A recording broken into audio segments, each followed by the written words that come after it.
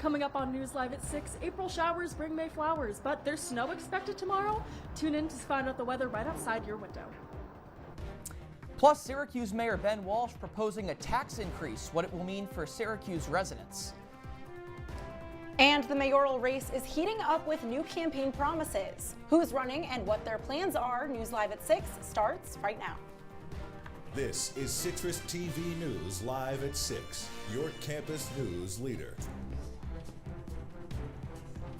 Hello and welcome into News Live at 6 for this Tuesday. I'm Ronnie Parrillo. And I'm Ilana Epstein.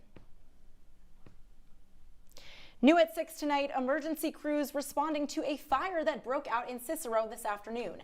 It happened at the Cicero Estates apartment complex on Parrillo.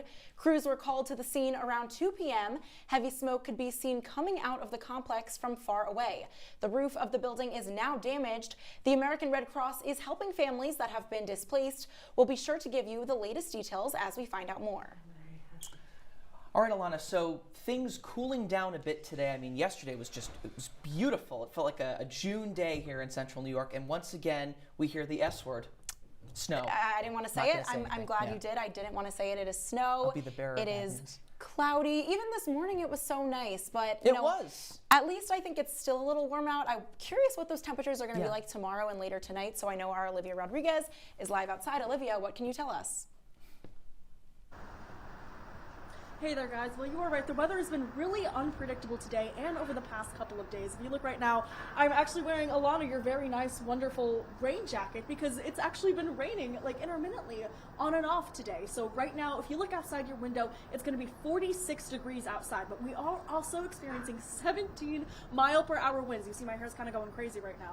But because of that wind, it's going to feel a little bit colder, and that trend is going to continue into tonight. We are looking at about 42 degrees, but again, that wind chill is going to make it feel a little bit like 34 degrees. So it is important to, just like me, bring your jacket outside because I was unprepared because we have been seeing really nice spring weather. But again, if you look out behind me right now, you're going to see it's very cloudy. It's not looking very warm, very clear outside. There's a little bit of rain still left on the roads, but I will have more on what you can expect over the next couple of days when I am back in studio. Ronnie and Ilana, back to you guys.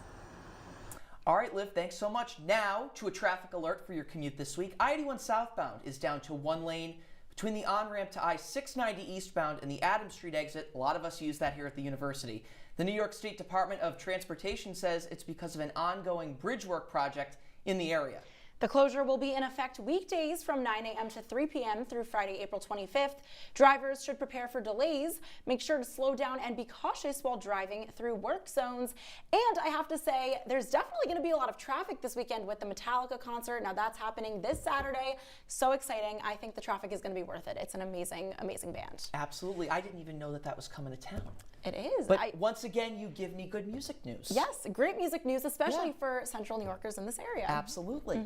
Well, the federal government is freezing more than $2.2 billion in grants and $60 million in contracts to Harvard University. It comes after the college refused to comply with the Trump administration's demands to limit activism on campus. The administration sent a letter to Harvard last week demanding the university to change its admissions policy, make changes to hiring, stop recognizing some student clubs, and more. But the Harvard president is responding, saying the university won't, quote, surrender its independence or relinquish its constitutional rights. Trump is now threatening to target Harvard's tax-exempt status. This is now the 7th time Trump's administration has come for one of the nation's most elite colleges. And back here in New York, Cornell University is suing the Trump administration after it froze $1 billion in federal funding and grant money. The university now joining a lawsuit against the Department of Energy and its Secretary Chris Wright. Cornell says research is used to conduct studies that are important for the U.S. economy and national security, and cuts to those grants violate federal regulations. Similar cuts in federal funds and grant money have been made at Columbia University, Northwestern University, and other schools. It's all part of Trump's effort to get major academic institutions to comply with his agenda.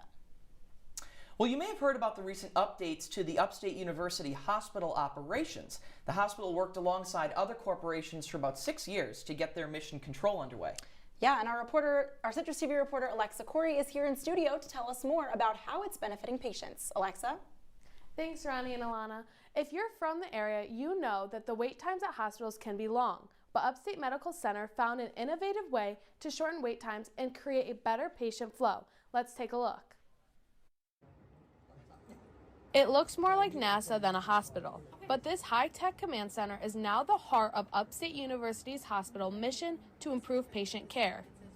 This new throughput operations center in East Syracuse is tracking every detail of patient movement across 2 Upstate campuses, downtown and community. The $2 million center uses real-time data, including open beds to ambulance arrival times, to speed up patient transfers, admissions, and discharges. Kyle Chiquette, the Associate Director of Nursing Operations at Upstate, explains how the new technology helps better patient flow within the Upstate campuses. So the technology allows us to visualize bottlenecks and what areas need some resources sent to them. So we're able to look at the data that's incoming into the operations center, use that data to put out resources where they're needed in specific areas, or we can look to resolve an issue that pops up on a specific patient or in a specific unit. The technology has reduced the time it takes a patient to get service to a bed by about 20 minutes. Sean Bombard, Syracuse native and university student, talks about his experience with Upstate before the implementation of the center. Last semester I went to the ER and I waited over an hour, and growing up here it's not out of the ordinary at all. Before the center, the average wait time was 68 minutes for emergency room to inpatient. Now it is down to 48 minutes. When transportation is used, the time has reduced by 40 minutes to 25 minutes per patient. With nurses, case managers, and dispatchers working side by side, the center isn't just about speed. It's about smart, more coordinated care. Upstate hopes this mission control will become a model for other hospitals. Recording in studio, I'm Alexa Corey. Ronnie and Ilana, back to you. All right, Alexa, thanks so much, as always. A shop providing underrepresented wines to downtown Syracuse is closing after being in business for over 2 years. Owner of Communion Wine and Spirits, which is located on the ground floor of the State Tower building, says the shop is closing because it had a hard time attracting customers. The shop is having a going out of business sale this week. It'll take place Thursday through Saturday from 1 to 7 p.m. Under the Trump administration, several government groups are facing cuts to funding across the board. Yeah, the USDA has cut more than $1 billion in funding to schools and farms, but another major impact is on local food banks and here in our area as well. Our reporter Tyler Oldano joins us in studio tonight to break this down. So Tyler, what programs exactly are losing funding? Well, Ronnie, there's about 2 programs within the USDA that are facing challenges for their budget. The first is the Local Food Purchase Assistance Program. The USDA gives organizations like the Food Bank of Central New York $2 million to purchase unsold items from local farms. This way, the food bank gets additional resources in farms, get rid of their excess supply. Last year, the Food Bank of Central New York actually used that grant money to purchase 1.5 million pounds of food that went to different families in 11 different counties all around the region. On top of that, several shipments of fresh meats, eggs, and dairy going to food banks across the country have been canceled. The Food Bank of Central New York planned to receive 40 shipments from the USDA. Now that number has been cut to 25. I spoke with Brian McManus, the Chief Operating Officer at the Food Bank of Central New York, and he says it's going to be difficult to make up for the lost meat and dairy. Those things are hard to replace, to be quite honest with you. When USDA does enact a program, it is without fail very impactful. It's very effective, and there's not really another entity that can step into any void if USDA backs down. So the question is, how will families relying on that food be impacted? I spoke to the Syracuse Northeast Community Center. They told me that some of the items from the USDA, like peanut butter, for example, have already become difficult to find. In terms of timing, the USDA grants run out in August, but the canceled shipments were set to arrive in April and run until June. So the clock is ticking for the food banks to find a way to fill that gap. There's also the looming state budget, which could help soften the blow, but Governor Kathy Hochul and lawmakers have continued to delay voting on that for the last few weeks. So Ronnie and Ilana, it's very much a wait-and-see situation right now. Guys? All right, Tyler, thanks so much. Well, it's everyone's favorite day of the year. It's tax day, which means individual federal tax returns and tax payments are due. The U.S. tax season generally runs between January 1st and April 15th every year. Most people who earn income must file a return by tax day. That includes everyone who has taxes taken from their paychecks. You can request an extension, which can give you an extra 6 months to file your taxes, but your payment is still due on tax day. You can file an extension form by visiting the IRS website. And today may be tax day, but Mayor Ben Walsh is looking ahead to next year's fiscal year with proposed tax increases. Our reporter Tegan Brostrom has what this means for Syracuse residents. Hey, Tegan. Hey, Ronnie and Ilana. Syracuse Mayor Ben Walsh is proposing a 2% tax increase for the 2025-2026 fiscal year. And this increase comes at a really tough time for residents. Tariffs are looming, inflation is high, and one Westcott neighborhood resident says she is worried. That sound like a lot, $10 or $20 or whatever. But for a lot of people living paycheck to paycheck, that is a significant burden to place on people. So I just think that, you know, it's not nothing to be throwing this at people, and I don't think it's the most responsible choice given the economic circumstances for everybody right now are just not the best. Miller says she thinks the possible increase could sneak up on a lot of renters. She says her landlord hasn't mentioned anything about it yet. I think as a renter, it also, you know, concerns me because definitely if the property tax is increasing, then renters are going to be charged more, and also a lot of our community, a lot of people, you know, if people are thinking about moving here, that might give them a little pause about moving here. And you know, there's so many things in the community that I think need money, but obviously I don't think that they should be relying on us, the residents, to be providing that income for the city. The total budget is a $348.4 million budget for that coming year. And with the 2% property tax, that's an increased cost for by about $60 per $100,000 home. And there's a 2% water rate increase as well. And that's looking at about a $5 more per year per resident. You know, Ben Walsh has said that this is, quote, the responsible thing to do with prices raising all across the board. But, you know, this is also his third straight tax hike in a row. And a Common Council will have until May 8th to approve this final spending plan. Reporting live from Syracuse City Hall, Tegan Brostrom, Citrus TV News. Thanks, Keegan. Now from Mayor Walsh to the people looking to take his seat. I'll have the rundown on the upcoming mayoral race and the promises the campaigns are making when your campus news leader returns. To an excellent episode of Live from Studio B.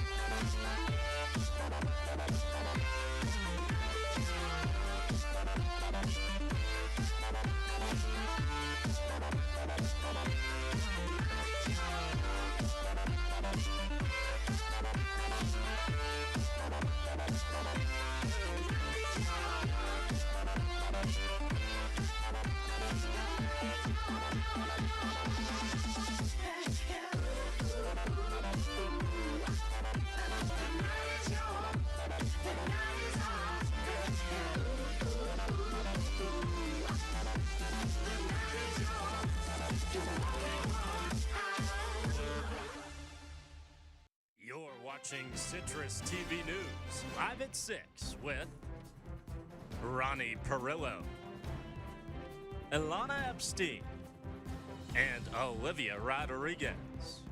And now, your campus news leader continues. Welcome back to News Live at 6. At least 4 people are in the hospital after a shooting at a Dallas high school. It happened just after 1 p.m. Central Time this afternoon. Now, officials confirming there is no active threat and the Wilmer Hutchins High School's campus is now safe. Dallas officials don't believe any of the injuries are life-threatening. There's no official word on the suspect's identity. There was a classroom shooting at the same high school last year that injured a student. New at 6 tonight, with Ben Walsh's time as mayor coming to an end in November, the race for his successor is now on. Our Roman Verna is here in studio to walk us through the candidates and one's plan to aid housing in central New York. Roman? Yeah, thanks guys. So far the candidates confirmed by the Board of Elections is a diverse bunch. First is Pat Hogan, who has worked in City Hall for over 55 years. Then Councilor at Large Chol Majok is a South Sudan native and has been a common councilor since 2019. And closing out the current group is Deputy Mayor Sharon Owens. In her position, Owens has been one of the most vocal members of the party, and just yesterday she announced her Thriving Neighborhoods plan, aimed to alleviate the housing crisis in Syracuse. If you were looking for a house, a great community is certainly something that would catch most eyes. And that's just what Deputy Mayor and mayoral candidate Sharon Owens is hoping her plan, dubbed Thriving Neighborhoods, will do.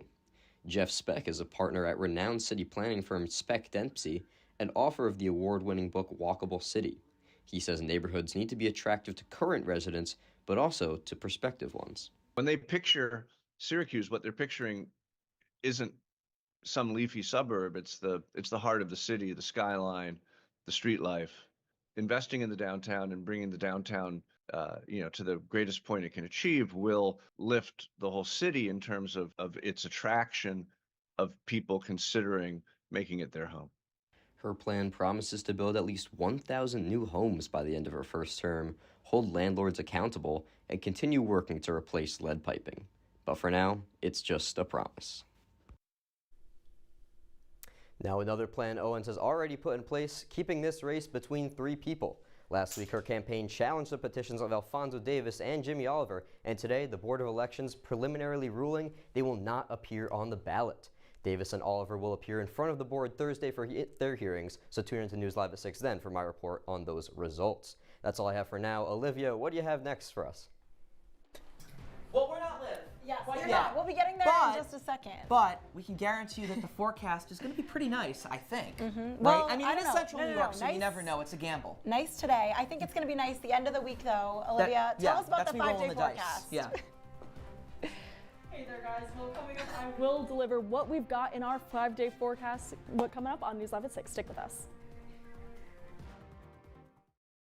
Well, Thomas, you've got pre-diabetes. But with more exercise and a change in diet, it can be reversed.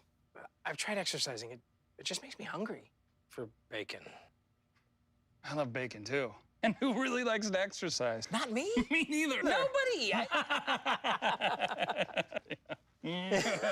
So we're good? What? Oh, you still have pre-diabetes. Big time.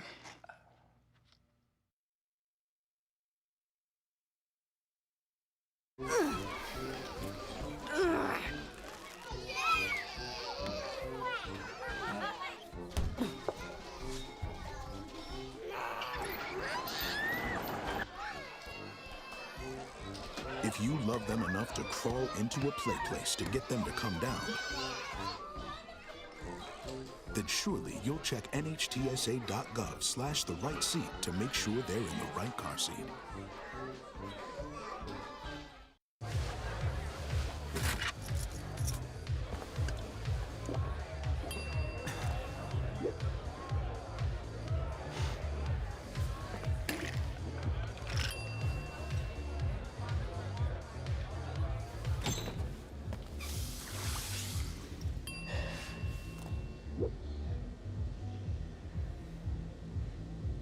If you need to do something to feel okay to drive, you're not okay to drive. Don't drive buzzed. From the CitrusTV Weather Center, this is SU's most accurate weather forecast. Welcome back into News Live at 6. Now, I know today was a really strange day in terms of the weather because it felt really warm in the beginning, then it started intermittent raining, but we are going to experience a little bit of better weather throughout the rest of the week. But fortunately, tomorrow is one thing we're going to have to look out for. It's our black sheep in the rest of the week. We are looking at 39 degrees and a chance of snow, which Once again, we are experiencing snow in the middle of spring here in Syracuse. Not exactly ideal, but make sure to wear your jacket and your hat. Prepare for that. But luckily, we are going to see a steady increase throughout the rest of the week. We're going to see 51, 63 a peak on Friday, except we are going to experience a little bit of precipitation, a little bit of rain. Saturday, some more rain, and luckily, it's going to be partly sunny on Sunday, which, if you didn't know, coming up is Easter weekend. So I thought it would be a fun idea to take a quick little walk down memory lane as to what me and some of our anchors were doing about, well, I want to say 20 years ago. In spring here, we have some really cute photos of me and my little brother and sister around Easter with the Easter Bunny. There's my first Easter actually down there with me and my mom. There's Ilana in her little spring dress. She looks so cute. We have ADP up here with his, is that a peep? And then we have the most adorable photo of Ronnie and his mom in 2004, 2012. Oh my gosh. I don't know if you were alive then, Liv. I was born in 2004. We're all dating ourselves, actually. I feel like every time I talk to someone new, I'm dating myself. But here are some really cute spring photos. So if you want to go outside when it gets warmer, luckily on Sunday, you can take some really cute photos when we are experiencing some better spring weather. But Ronnie and Ilana, what do you guys think? Liv, adorable. I love it. That's so touching. Well, Starbucks baristas across North America will soon have to follow a new dress code. The company announced it's hoping to improve the brand's image by allowing the iconic green apron to shine. Starbucks is also hoping to create a sense of familiarity for its customers. Baristas will be required to wear any solid black shirt and long-sleeved crew neck, collared or button-up shirt, along with any shade of khaki, black, or blue denim bottoms. The change starts May 12th. And Andrew, I've heard some Syracuse athletes may be changing their uniforms for the next season. Is that true? And watching too much Gossip Girl. A football star for Syracuse will be in a different uniform next year after entering his name into the transfer portal today. We'll tell you who that is on the other side. Stay with us.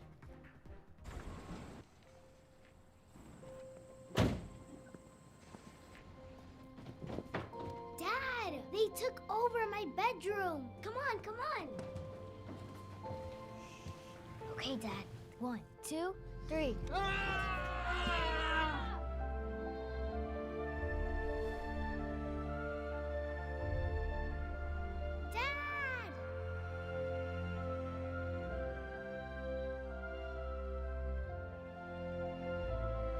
You saved me.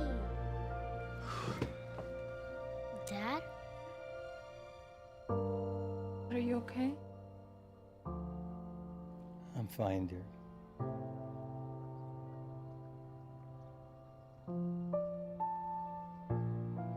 Your hero needs you now, and AARP is here to help. Find the care guides you need at aarp.org/caregiving. Rolling. Sound is speeding. Can you slow that down, please? This is 28-1.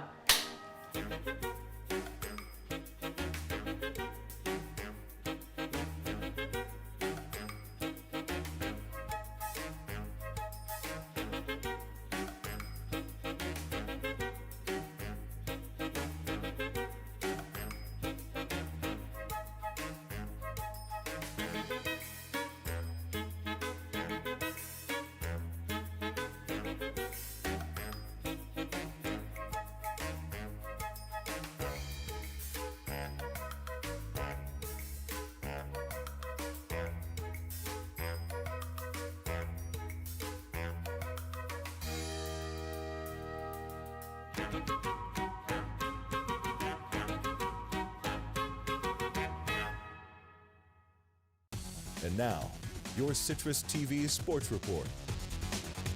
In the new age of college athletics, the transfer portal can giveth and taketh away. And Syracuse football experienced that firsthand earlier today. Welcome to sports. I'm Andrew Della, Piana. In an unexpected move, 24/7 Sports reported earlier this morning that star SU wide receiver Trevor Piana is entering his name into the transfer portal.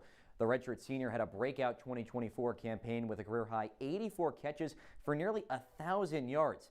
His receptions ranked him 5th all-time in program history for a single season, finished 2nd in receiving yards for an Orange team that finished the year as the top-ranked passing offense in the country. And a little bit strange because head coach Fran Brown named Piana a team captain for this upcoming season before the Holiday Bowl back in December. He was expected to be the new quarterback once option Ricky Collins' top target, with Pena now leaving. The Orange are set to lose their top 3 receivers from last season. Now, early reports link him, the second-team All-ACC selection, to Miami, a team that Syracuse faces on November 8th, so something to keep your eye on as well. But over on the hardwood, the biggest college stars in women's basketball made their dreams a reality last night at the 2025 WNBA draft in New York City. UConn star Paige Beckers was the unquestioned #1 overall pick for the Dallas Wings. But for the New York Liberty, they had one pick in this entire draft, the very last one at 38. They went with a young developmental pick given the current makeup of this championship roster and Aja Kane. But let's take a look at who was taken in that first round, though, alongside Paige Beckers, who it doesn't get to go back to her hometown team, but the story of this first round, the trio of European players. You got Francis Dominique Malanga, who went #2 to the Seattle Storm. How about NC State? 2 of their players drafted in Sanaya Wilson and Isaiah James, and TCU's Haley Van Lith reuniting with Angel Reese in the Chicago Sky. She goes at number 11. WNBA's 2025 campaign begins on May 16th. Let's get back to the college ranks, though. On3 Sports reported this morning that former Auburn center Windamola Akabalawala has transferred to Syracuse. She becomes SU's 3rd addition from the portal ahead of this 25-26 season, joining USC forward Dominique Darius and former Miami forward Ariella Allmont. 3rd addition for Felicia Leggett-Jack, a native of Niagara, Akila Wadabala stands 6'5" and averages just over 3 points and 3 rebounds per game as a junior. Both were career highs. She started 14 of 29 games for the Tigers this last season. She'll spend her final collegiate year with the Orange, and with these 3 portal additions, Syracuse has rebuilt that front court after losing Kyra Wood, Isabel Varejao, and Sanaya Wilson to graduation. And let's wrap up shop down south. Syracuse tennis started the road to an ACC championship today as the 16th seed in the conference tournament. SU took on 17th-seeded Boston College in the first round down in Cary, North Carolina. The Orange managed the lowest conference finish in program history this year, but could they get it done against the Eagles? Let's take a look. They did. Syracuse's first postseason victory since 2019. The Orange won the doubles point for the first time in over a month and recovered from losing the first 2 of the singles matches to win the next 2. So let's take a look at that updated bracket in the ACC tournament. It is a steep climb for the Orange, who have to win 5 matches in 5 days to clinch their first ACC title in their 5th NCAA tournament appearance. Syracuse will now face the 9 seed there, Clemson, tomorrow at 10 a.m. in the second round of the conference tournament. Ronnie and Ilana, back to you. ADP, thanks so much. When we come back, one last look at your wake-up weather. If you're buzzed and doing this,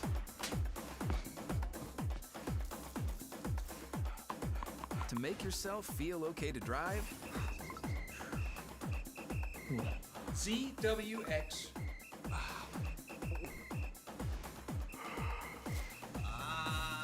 you're not okay to drive.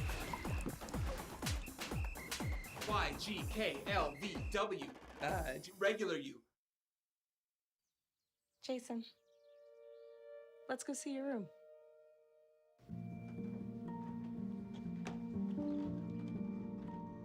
What do you think?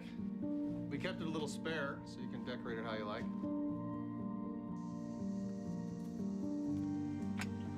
Dinner! Go.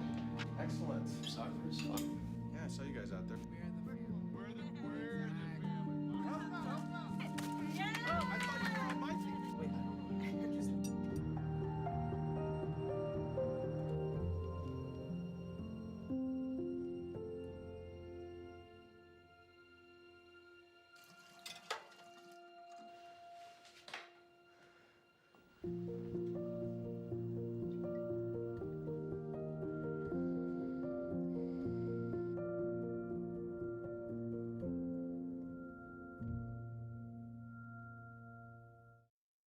Welcome back into your wake-up weather. Now remember, tomorrow we are expecting snow. We're only going to see a high of about 38, so make sure to wear your jackets. But Ronnie and Ilana, are you guys ready for your wake-up for you?